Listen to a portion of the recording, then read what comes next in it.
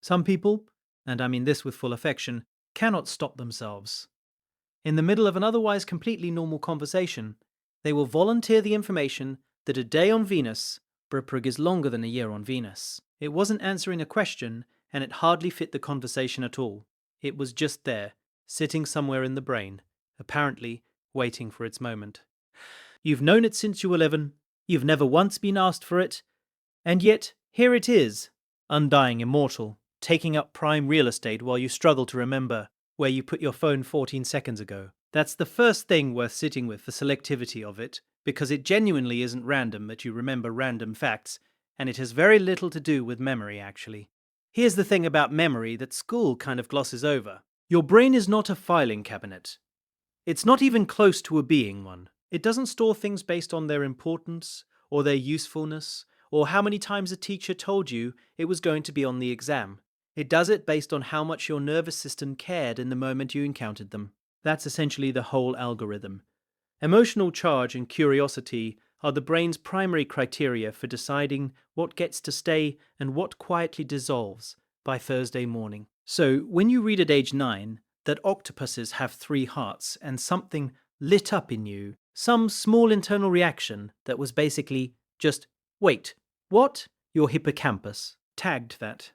Novelty, surprise, a mild violation of what you expected the world to be. The brain has this deeply ancient circuit for detecting things that break the pattern of its predictions, and when something happens to break it, even in a completely low stakes, zero consequences kind of way, the brain logs it, because evolutionarily, unexpected things are the things that matter. You didn't memorize that fact, but you found it delight, and delight, it turns out, is apparently enough. In 2014, a team of researchers at UC Davis published a study that found something quite strange. When people were in a state of high curiosity, they didn't just show better memory for the information they were curious about.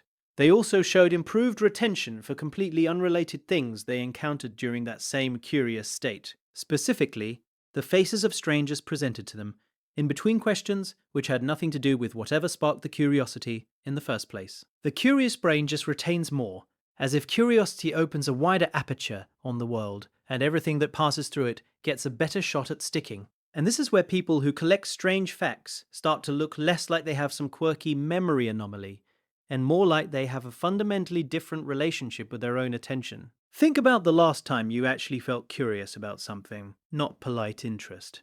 You actually felt it, that slightly uncomfortable pull toward a thing. The feeling of a question forming that you didn't intend to have. For some people, this happens constantly. A word they don't recognize, a headline with missing context, an offhand statistic that doesn't quite add up. The curiosity is almost involuntary, almost reflexive, and so the memory that follows it is too. They're not trying to retain information. They're just perpetually mid-question about the world, and the answers keep accumulating. There's a well-documented personality dimension called openness to experience, and people who score high in it tend to find novelty genuinely rewarding rather than vaguely exhausting, and that's not a small distinction.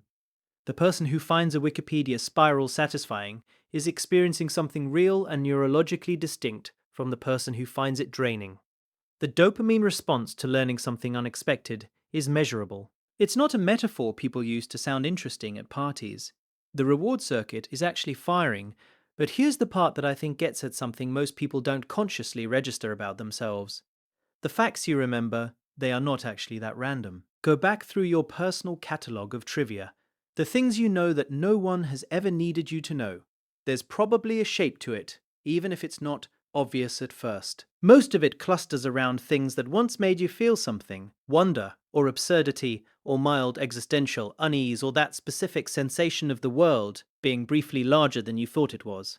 The fact that Cleopatra lived closer in time to the moon landing than to the construction of the Great Pyramid, that there are more possible iterations of a shuffled deck of cards than there are atoms on Earth, that the smell of rain has a name, petrichor, coined by 2 scientists in the 1960s during their rigorous research into its chemical profile, giving it a name that translates beautifully to blood of stone. These aren't useless facts. They're the residue of moments where reality briefly exceeded your expectations of it. Little fault lines where the ordinary world cracked open and showed you something underneath, and people who collect them, whether they realize it or not, are often people who are quietly oriented toward that feeling, the feeling of scale, of the world being stranger and more intricate than it presents itself as on a normal Wednesday afternoon.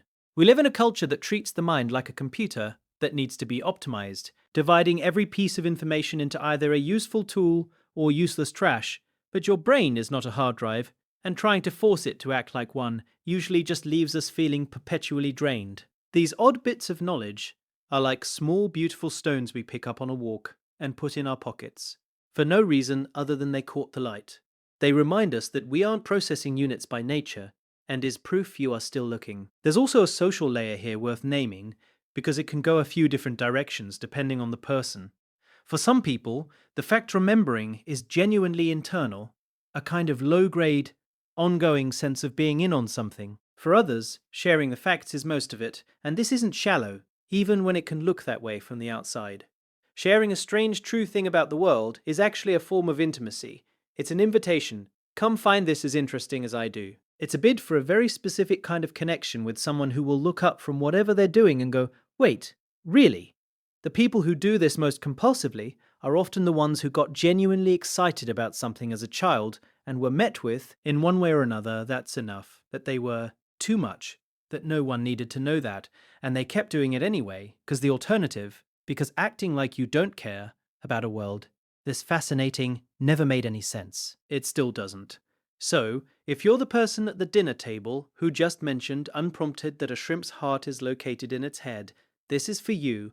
You're not malfunctioning or failing to prioritize the correct information or wasting bandwidths on things that won't help you. You just have a brain that takes the question, what even is this world, seriously, somewhat against your will, on a fairly continuous basis, and quietly files the answers somewhere permanent. There are worse ways to move through a life than staying genuinely curious about it. That might actually be the whole point of having a mind after all. A small reminder, and I only mention things I'd actually use myself.